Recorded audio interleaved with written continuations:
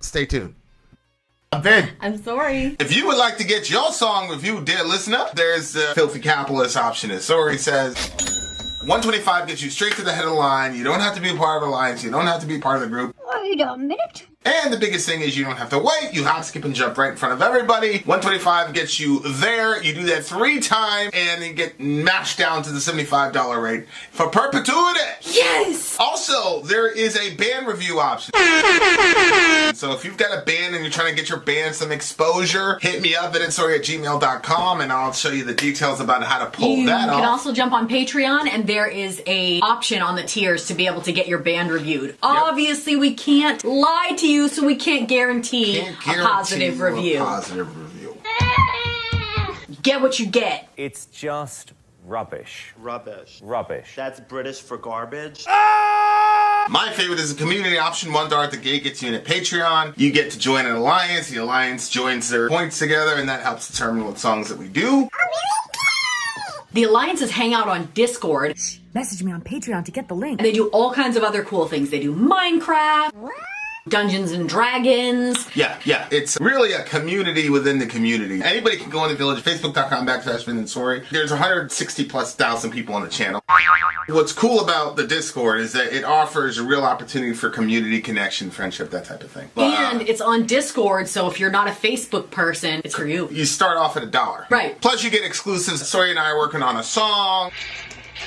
So the first 15 seconds of that was on Patreon. Also, at $15 tier and above, when we actually debut the video, they're going to be there live with us. There you are, dear listener.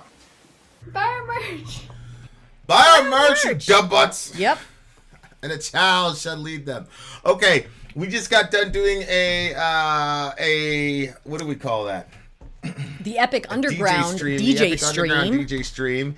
And this is a bonus song. It's a bonus song. The name of the song is Murder Sherman by the band Whitechapel. Murder Sherman by the band Whitechapel. This should be a very interesting song, for sure. Dear listener, if you're interested in politics or timely topical political commentary, you can go over to Middle America with Vin and Sori. We are releasing an interview we did with the big homie Jimmy Dore. Yay. We did that interview about 2.5-3 weeks ago. We had some audio issues with it, so we worked on trying to get it fixed, but to no avail. Anyway, you guys don't care about my complaining. Kai, if you've got a question about the DJ stream, hit me up on Messenger later. For now, we've got Whitechapel, Murder Sherman. Let's go.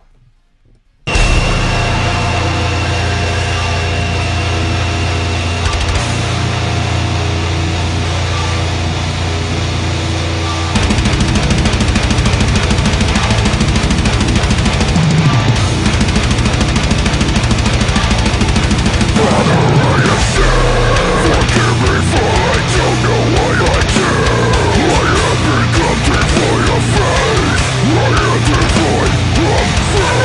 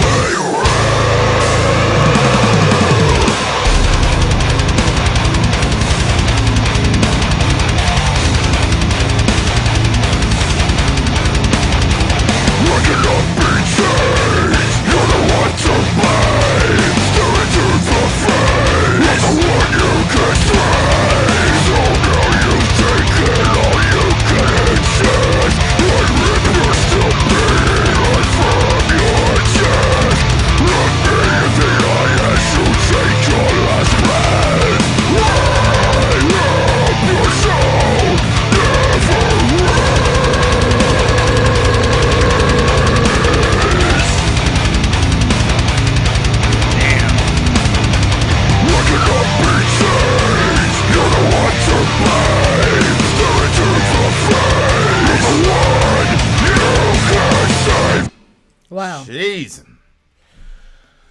Heavy stuff. Heavy stuff. Yeah. This is a song I wrote about killing my stepfather after his lies, deceit, and promises he made. He brought religion into it and was completely hypocritical about it. He got my mom addicted to crack, which eventually led to her death. Oh my gosh. This is a dream I gosh. had of killing him and shoving his religion down his throat that he preached. Another thing I'm not proud of. Damn. So, if you look at the lyrics, this obviously faith is, or the lack thereof, is a big part of this song. Oh my god. Especially the first half of the song, where he says, "I have sinned, forgive me, for I don't know what to do." So, this is, in Roman Catholic parlance, right? This is when you go to confession. Where you sit down, you say, "Father, forgive me after I've sinned," and then the priest says, "What have you done, my son?" Blah blah blah. And then the guy confesses, and then the priest says, "Okay, do 8 Hail Marys or whatever." So it's also a flip of, when Jesus, forgive them for they don't know what they do. Right, because Jesus says, "Father, forgive them, they don't know what they do," and he says, "Forgive me, for I don't know what to do," which is probably in the same area, right? "I become devoid of faith. I am devoid of faith. As I mutter these words." One thing that's interesting about that intro is he says, "Father, I have sinned," which is a prayer, right? Well, if it is prayer, or is he talking to the? Well, again, well, why confess to the priest? Wouldn't that be because you have some bit of faith? Like, why do that? Oh yeah. So well, he's saying, the whole "I believe" held my unbelief thing. Yeah. So he said, "I am devoid of faith." But I think a lot of times we think that we're devoid of faith, or there's literally nothing left. But the fact that you're thinking, "Holy shit, I'm devoid of faith," means there is still a bit of faith that makes you say, "Holy shit." Right. Right. No, But anyway, I agree with that. So he had a dream where he was able to kill his stepfather, who he blames for his mother's death.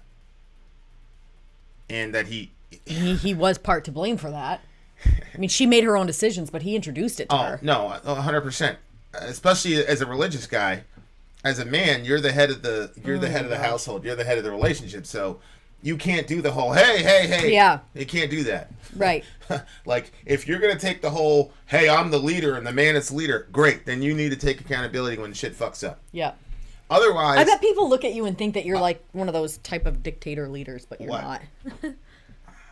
But I will take the most blame if something goes wrong here. Yeah. Yep. Because 100%. I'm the leader of the house. So whoever is the leader, you get the blame. That's how it goes. So I will say it was a dad's fault for sure. Again, if what he's saying is right? We don't know the situation, but anyway.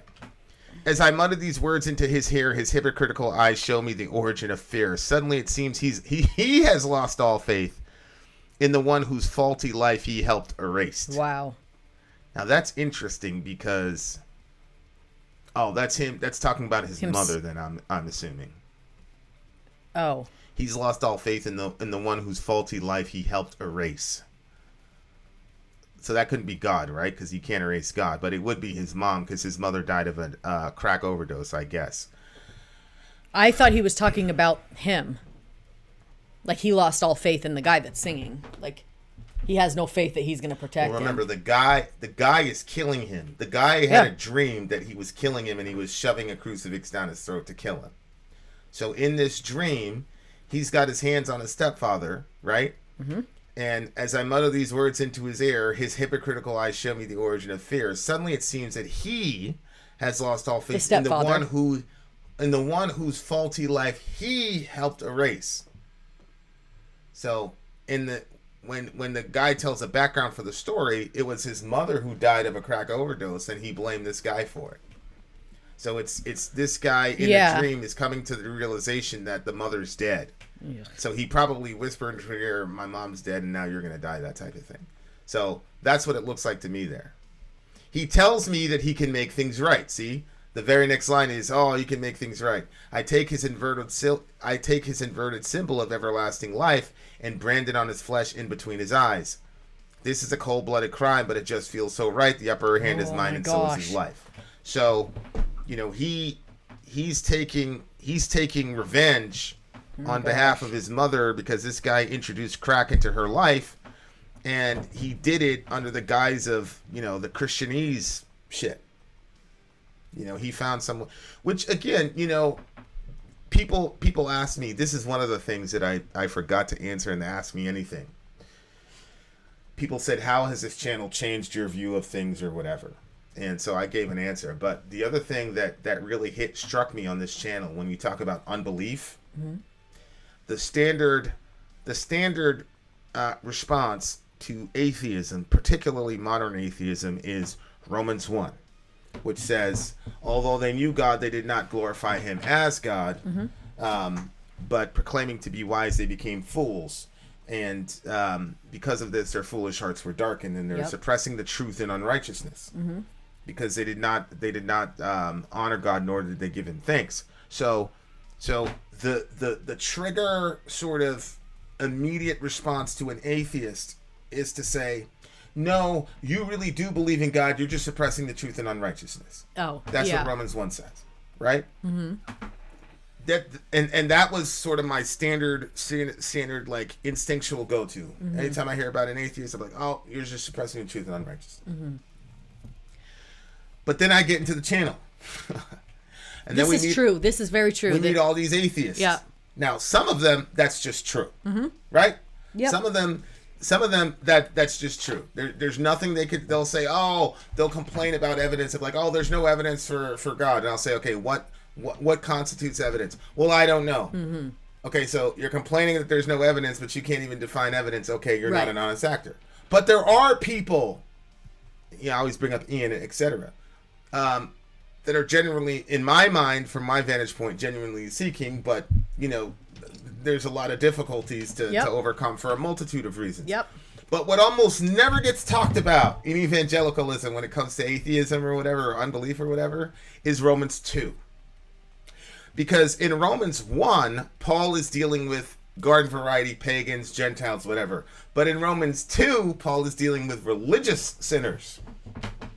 And so there's that famous line where Paul says, God is blasphemed among the Gentiles because of you. That's right, yeah. So one of the reasons for unbelief in Paul's mind, especially in the book of Romans, one is, you're suppressing the truth and unrighteousness because you don't want to live under God's law because you want to do your own thing. But the other is, this person is an unbeliever, a blasphemer, because religious people misrepresent God. You see? Yeah. So what do evangelicals do? One puts all the blame on the unbeliever. The other puts the blame on the religious person. Yep. Now, if you're the unbeliever, Romans 1 is for you. If you're a religious person, Romans 2 is for you. But what do we do as evangelicals? It's the fucking unbelievers' fault. We did all this shit to people. We're horrible to LGBT people. We're horrible to everybody on the planet. Fuck everybody.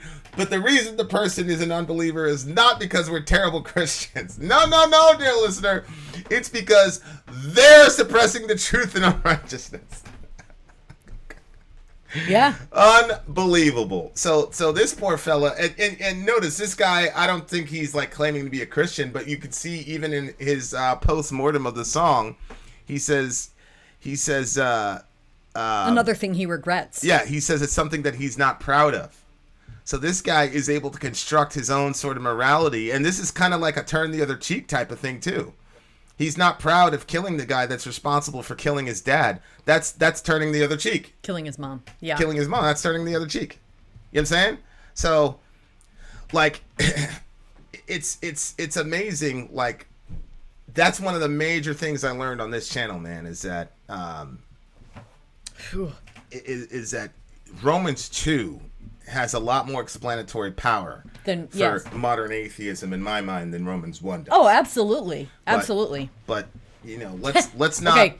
let's not deal with that. When I was in college, one of the things that we had to do was we had to go into the city and talk to a bunch of people. We had to talk to a bunch of people, talk to them about the Bible, basically try to get them to go to church or to hear anything about God. And everybody was always saying the same thing. Oh, I don't go to church anymore because of the hypocrites. That was like literally everything that everybody said. And I'm like, wow, everybody has the same damn excuse, is what I was thinking. Yep. Now, I'm like, wait a minute. Which, search your heart, because that might just be an excuse. Right. But then I was like, wait a minute. Everybody is saying the same thing. Maybe there's a portion of truth to it. Right. You know? Right. And obviously now, because of my experiences and a lot of people that I've talked to, I see that, you know, in some cases that is the truth. You know, they've been very hurt by all that. But at the same time, you know, there are some things that, well, it depends on the church. But, you know, sometimes, like, you know, when you go to the gym, it's very uncomfortable, blah, blah, blah, but you go because it's necessary for you. Yeah. And you can't let the other people and what they're doing affect your workout. I mean, sometimes we go and there's literally people on their phones the whole time. It's like, why did you do that? Did you just want to say you went to the gym? So they could take a selfie at the gym. It's like you weren't working the whole time. So, you know what I'm saying? Yeah. So I think that there is truth, obviously, but I think that, I mean, there's hypocrites with everything, you know? Like, everything kind of has people that are not doing what they're supposed to be doing. So, I don't know. Anyway, carry on, now, babe. Daniel is 14 years old. Okay? So, he's doing a lot of hard thinking for a 14-year-old. He says, I cannot accept a God that allows life-ruining conditions on innocent infants. He's either not all-powerful or not all good. Now, Daniel, let's say there's no God. Who cares if innocent infants die? And what does innocent mean? Innocence has to do with a person's relationship to guilt, and guilt has something to do with a person's relationship to some kind of law, right? So where do you get the term innocent? And why is being an infant important? It seems like you're saying that because the person hasn't contravened any specific law, that they don't deserve to die, and that dying is a bad thing. Why is dying a bad thing in your worldview? If you're just a collection of accidental atoms that somehow generated life and consciousness from matter, if that's the case, then what's wrong with you dying or living? It's like one of my atheist friends says about death. What were you thinking before you were born or before you were conceived? Nothing. So if that's the case, you're speaking about human life as if it's valuable. And you're using terms like innocent and guilty as if there's an objective standard for what makes a person innocent or guilty. Mm-hmm. And you're picking the term infant, right, to exacerbate something, namely that this is a small defenseless person and they're dying. Why is it bad that small defenseless people die? Where did you get that idea? Furthermore, you're saying you cannot accept. You didn't say I can't believe in a God. You said I cannot accept. That's and true. I think that's a very honest take from your part. Yeah. Because you're not saying I don't believe. What right. you're saying is you can't accept. Right. Okay, well, that's a different story. Fifthly, this is a false dilemma. A false dilemma fallacy is when you have only two options in a situation where there is a third option, right? So he says either God's not all powerful or he's not all good if bad things happen to people. Not realizing, Daniel, that it depends on how you define the word good. Mm-hmm. Exactly. So, for example, in most situations, most people would say a state of well-being is good and a state of suffering is bad. Mm-hmm. But when I'm doing a plank, I am suffering. Especially when you get to the 3-minute mark on a plank, I'm suffering. Because I know right after that, I got 31 push-ups I need to do directly after that. I'm suffering. Is that suffering good or bad? Well, by itself in isolation, we would say that that's bad. But when we talk about the goal that I'm trying to accomplish, the suffering is actually a marker for something good. Mm-hmm. Same thing with a woman in pregnancy. I was just watching this clip from this guy, and his wife never takes any of the pain meds. She won't do the epidural. And the husband says, "Why are you doing that?" And she says, "Because the pain is valuable, and the more intense it gets, the closer I am, I know that the baby's coming. Mm-hmm. And I don't want to lose that." And so the suffering that comes along with childbirth is real, and it's severe, and it's worse than dying. I mean, that's scientifically proven. But every mother on the planet, if you said, "Okay, you can trade your kid for this for that pain," they'll laugh at you. Mm-hmm. They'll say, "No, I want the pain." And that's why you see grown men in the NFL crying after they win. They're not crying because life was treats and crumpets for them. They're crying because they were all grinding. They missed time with their wives. They missed time with their kids. They got injured in the season.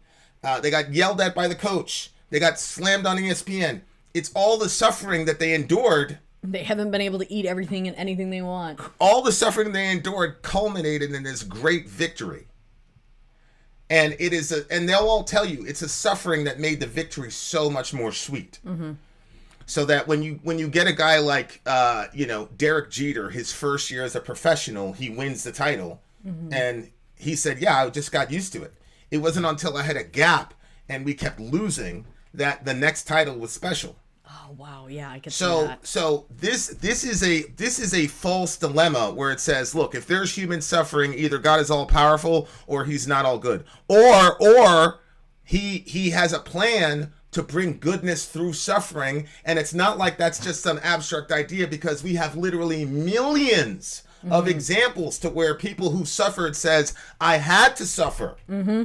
Otherwise, I wouldn't have been able to do X, Y, and Z thing." No, that's true. And as that's I say true. all the time with the problem of evil, everybody talks about how awesome this community is and all the rest of it. What has brought us all together? Pain. It's our collective suffering that has brought us all together, yep. guys. Mm-hmm. No, it's facts.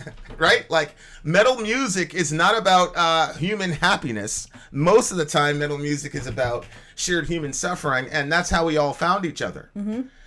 So, I see what you're saying, Daniel, on the outset, but I think that there's a third option, namely that God uses pain to give us the ultimate good, and you still haven't defined what ultimate good is. For me, ultimate good is for our created being to see and behold the glory of God and express it, because God and who he is and what he is mm-hmm. is the highest. It's called the beatific vision. Blessed are the pure in heart, they will see God. Yeah. Even in the Islamic theology, one of the, in my mind, the best benefit of Jannah is not necessarily the women or the rivers wine. Of wine, but I think it's every Friday, Allah does a thing and everybody gets to see Allah. And like there's a loudspeaker in Jannah and it says, "Hey guys, blah blah blah, go, there's your mm-hmm. Lord." So seeing God, knowing God is the ultimate good. If that's the case, then anything that stops me from seeing and knowing God is bad, and anything that aids me in seeing and knowing God is good. So if mm-hmm. I become a multimillionaire and I forget God, most people would say, "Oh, that guy's blessed," mm-hmm. but I'm really in a bad situation. Right. So if God loves me and my millions are distracting me from seeing him, which is the ultimate good, if he loves me, I'm going to go bankrupt. Yep. Now, because I'm immature, I'm going to say, "Oh my God, how could you do this to me, blah, blah, blah, blah, blah, blah, blah." And in reality, God's like, "What do you mean? I've done you the best favor you've ever had in your life." Mm-hmm. But because our definition of good stops at mankind and it doesn't transcend it, we think anything bad that happens to us is evil. Anything that makes us feel good is good. Mm-hmm. Anything that makes me feel bad is evil. And that's how you get heroin addicts. That's true. My brother just texted me today. He's like, "Yo, man, he lost 2 of his friends today." And it was crazy because I was tracking it. They had the Lewiston thingamajiggy. They had 2 bodies unresponsive or whatever. And that's what happens, man. When you don't define good in a proper way that can account for the exigencies of human nature and living in a sinful world, then you end up doing shit like that. Oh God. You cannot define good as only the things that make me feel good and evil's only the things that make me feel bad. That is not only is it immature, it's dangerous. You don't even have to be a Christian to know that. That's a dangerous way of looking at the world because it'll kill you. So I have no issue with Daniel having that question. I just think that there's a lot of assumptions in that question that only work in a Christian worldview or a theistic worldview. I mean, I suppose Islamically it could work as well. But, you know, that right there is the issue, is that take your time and define what goodness actually is. Because when you define what ultimate goodness is, then you can reverse engineer and see whether or not something is good or evil or consistent. For my mind, beholding God and knowing God and being, you know, we talk about like being pulled into the storm, right? The storm of the Trinity that's been going on for eternity. That is the ultimate good. It's the ultimate high. And I've had a lot of great mountaintop experiences, but I mean, being in a room of Christians and we're just worshiping God, like there is nothing.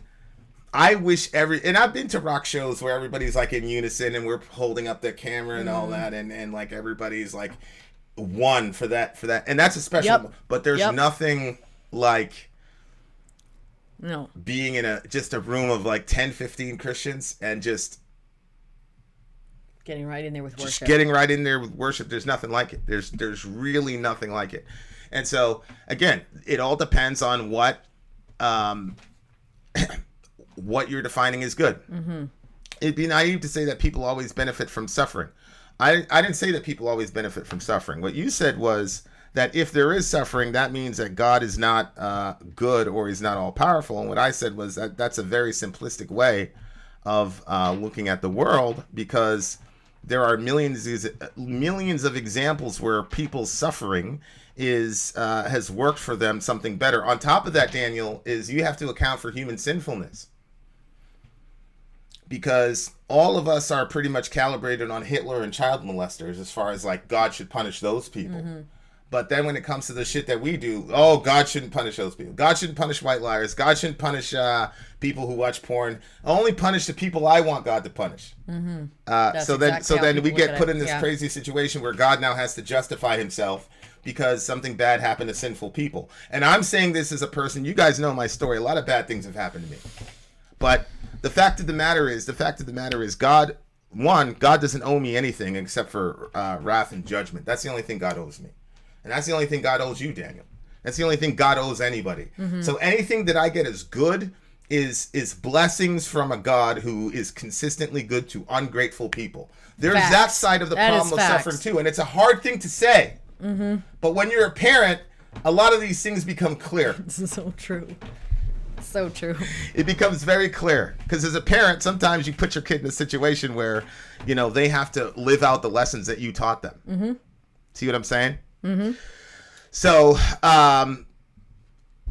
that's my take on it. But this guy is and you know, I love the hell out of Daniel, because Daniel, like, he's really wrestling and struggling with this shit. Yeah. And I appreciate that. Yep. As do I. Yeah, and I appreciate everybody who's in the struggle, man. You know, I appreciate everybody in the struggle. Peter says, or Sarkast says, you got to find the balance. If you only focus on the afterlife, it's wasted. If you only live a totally hedonistic life, charging after one instant gratification, it's the same. Yeah, I'm not a very big afterlife person.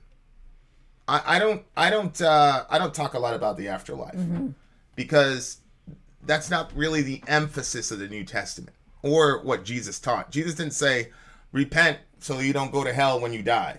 He says, repent, for the kingdom of heaven is at hand, has arrived, or is at hand. So the things that Jesus taught were very this world oriented. Absolutely. It's only people that are living in a nice, comfortable environment that can do the whole, let's just wait till we get to heaven thing, because you don't have the urgency for stuff to change. But I think Sarkast's point is very well taken, is that if you're so focused on the afterlife, if you're so focused on the afterlife, and it becomes escapism and not theology. There is a way to look at For sure, I agree with that. There is a way to look at the afterlife in a productive sense that affects this world. But I'm not really interested in any afterlife discussions that don't have ramifications like in the next 5 minutes, right? Because and I know I'm a little bit different Christianity-wise on that, but I think that that's the point, because you have to look at Jesus's emphasis in the New Testament. All the shit that he said in the Sermon on the Mount are only things you can do in this life. You can't turn the other cheek in the next life. Right. You can't not lust after a woman in the next life. This is all shit that you have to do here. And see, that goes to this song, is that you get a lot of Christians that like disconnect this world from the next world, not realizing that the next world is simply a continuation of this world, just like your resurrected body is going to be the same body that you have now. And so then you almost get this kind of like pseudo-Gnostic thing. So treat your body good. Yeah. Like you do the pseudo-Gnostic thing where it's like, oh, we can do whatever we want. So he goes in there and introduces crack to this woman's like real world situation. But then I'm sure he's going to tell the son, hey, she's in heaven. You see what I'm saying? So it's like, okay, you introduced this horrible chemical substance into this woman's life now. And then instead of taking accountability for it, your way of dealing with it is say, oh, she went to heaven. No, motherfucker. She probably did go to heaven, but you are in a bad situation because you fucked up this life. Yep. Yeah. Like, it's absolutely crazy. And then the last thing, Daniel says, not all suffering has a point. Sometimes people die alone from sickness and pain. No one misses them. What's the point of God allowing that sort of thing? Daniel, how do you know that? How can you possibly say not all suffering has a point? Daniel, what you should say is, I can't understand the point of all suffering. But you can't definitively say not all suffering has a point. Right. Little bro, you're 14 years old. How in the world can you make such a statement, not all suffering has a point? How many times have you been outside of your city? Like, I'm not mocking you at all. I'm saying, I'm challenging you. Think about this. How can you make these definitive statements about this? It's the same thing you said about evolution and morality yesterday. You're making a lot of really definitive statements. And I just want to know, like, how did you come to this conclusion? Okay. So that's my shot at it. This song is deep, man. Like, if you're a religious person, like, you got to be oriented in this world. However you work out your theology, you have to be, because we really hurting people out here, bro. People are really hurt out here. And the other thing that really annoys me is when you have questions like a Daniel's asking some serious questions that I don't think he would get to ask in youth group. Because I think they would go after him. Oh, yeah. They would go after him for not playing along. You know? And that's another thing that, like, really screws with... There's a lot of ways that we... And obviously, we feel it a lot more because, you know, we're on camera all the time and all the rest of it. So we hear back from... You know, and a lot of times it's positive, like, hey, if I'd have been introduced to this version of Christianity. But a lot of times it's like, you're a fucking horrible Christian, blah, blah, blah, blah. You know what I'm saying? And you have to kind of take stock. And I've adjusted, you know, Cassia, a conversation with Cassia has adjusted how I engage certain topics. And so, like, you have to be open to that. But for me, like, if somebody says, oh, you hurt my feelings, that doesn't necessarily change things for me. Because... that's my understanding of pain. Sometimes pain is good. So if I hurt your feelings, I have to see whether or not I hurt it for a good reason. But, you know, there was something going on. I'm not saying the specific issue because I want to respect Cassia, but she said, you said X, Y, and Z thing. Here is my situation, blah, blah, blah. And I said, you know what? She's right. Yeah. She's right. And you adjust. Yeah. And that's all you could do. Yep. That's all you could do. So, you know, you make those adjustments. You know, as a Christian or whatever religion, you have to make those adjustments. And you know, I don't sit there and obsess over it. But if somebody's making a legit argument, same thing with BM Fan. He's like, yeah, have you read any Marx? How are you talking all this stuff about Marx? You never even read him. Okay, that's a good point. Yeah, and then you did. There's no reason to get defensive about it. He's right. You know what I'm saying? So yeah. I would just push that out to the Christians or anybody religious in the world. Like, you have to be a good, representative of your religion. Like, it's just a fact. And this is one of the big things, that this is like, if you don't like really look at a lot of the Islamic literature, you get this impression that, we just went around and killed a bunch of people. Like, listen, man, when Muhammad went into Mecca, the people who like exiled him and tortured his folks to death. Yeah. I mean, I'm not gonna lie, he had a kill list, right? Like, he had a kill list, and that was that situation when dude showed up, and then he was like, "Yo, give me a pass." Yeah. And Muhammad stayed quiet. He's like, "Yo, Ya Rasulullah, give me a pass." Muhammad was quiet. He's like, "Ya Rasulullah," and Muhammad said, "All right, you get a pass." And then when he left, Muhammad's like, "Yo, why didn't y'all kill him when I didn't see nothing?" And they're like, "Ya Rasulullah, you should have winked or something." He's like, "I'm the prophet. I'm gonna wink to you, bro." He's right. Like, you're the prophet. He's like, what do I look like being a prophet and like winking and like moving my head? Right. Like, it don't make no sense, bro. Kill that dude.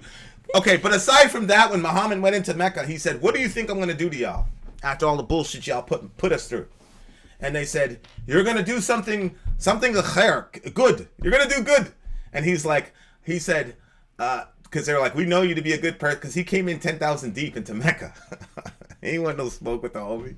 Shout out to Muhammad sallallahu alaihi wasallam. They're like, "Yo, we know." They're like, "We know you're going to do good." And he said, I will treat you like my brother Joseph treated his brothers." Joseph. Oh yeah. So he basically pretty much gave out a blanket forgiveness, and wouldn't you know it, a bunch of Meccans converted to Islam. Now, did they have a choice? Kinda, no. Not really. But my point is, Muhammad was very, very cognizant of the fact that you have to if you're a representative of your religion, you got to be top-notch character. You know what I'm saying? If it's time to get busy, Muhammad would definitely get bloody. He was not Jesus for sure, but there was a very big, very big emphasis. I was just talking to somebody who works on music with they basically record music videos, and they said that there was a Christian that wanted to work with them, and they said, "All right, I'll shoot that music video for you, but we'll push it out by 6 weeks so you can just really nail it down and come in really rearing and ready to go." And then the person showed up, and the person was like, "Oh, it's been so long since I've played this. I hope I can remember it." And the other person that was there with the woman that was doing the recording, he said, "That's exactly why I don't work with Christians." Wow. He said everything is subpar. I'm like, that's a disappointment. It should not be like that. Like, we know better that's just, wow. Disappointing. Yeah. Yeah. All right. Good song. Good song. What do you give it? This is a solid 9 for me. Solid 9 for me. This one's a tough one to rate because of the story behind it and the real pain involved. I think I'm going with a silent count because of this homie's pain. Yeah. Silent count for me. Yeah. Shout out to the homie. I hope he finds healing. Peace. Finds healing and I hope that he can find a way to differentiate his stepfather from his heavenly father. Mm-hmm. And I know that sounds corny, but there's a lot of hurt people out there, bro. Yep. A lot of hurt people out of there. So send us an email, band person, and I'll send you this little tiny bear. Much love to everybody, though. I'm out of here. Vin out. Sori out. Gone. All right, you beautiful people. Thank you guys for hanging out. Thanks for hanging out for the bonus. Shout out to Daniel for all of his really challenging, insightful questions. We will see you guys very, very soon. We have another one on the docket for you guys real soon. Shout out to Kai. Shout out to bad song, good conversation. Shout out to Loveland. Hey, Loveland, man, I enjoyed you coming through today, bro. I haven't seen you. Like, I don't know if I recognize you, but I'm definitely going to be looking for you for the next streams for sure. So the next stream that we have scheduled is scheduled for Sunday at 2 p.m. Eastern Standard Time, and it is an album review. Whoa! We're doing an entire album review? What day? Mm-hmm. Sunday? Yep. Light Bearers. Nice. Oh, are you kidding me? Nope. Whoa! Who's that, Neil? No, I think this is Mark. Yeah, it's Mark. I am very excited. We're doing an entire freaking stream of an album. That's going to be great. I'm a bit bored by people seeing history through the eyes of victors and heroes. In fact, 80% of all the people would have been perpetrators, killings, Jews, or crucifying Jesus, so that's a bit flawed. Don't know what he's saying, but I probably agree with sarcasm. Yeah, Sunday is tomorrow. It's tomorrow. Yes, it's tomorrow. Later, Cassia. Good to see you. Good to see you. Bye, guys. Hugs for the homies. We're out of here. Vin out. Sori out. Gone.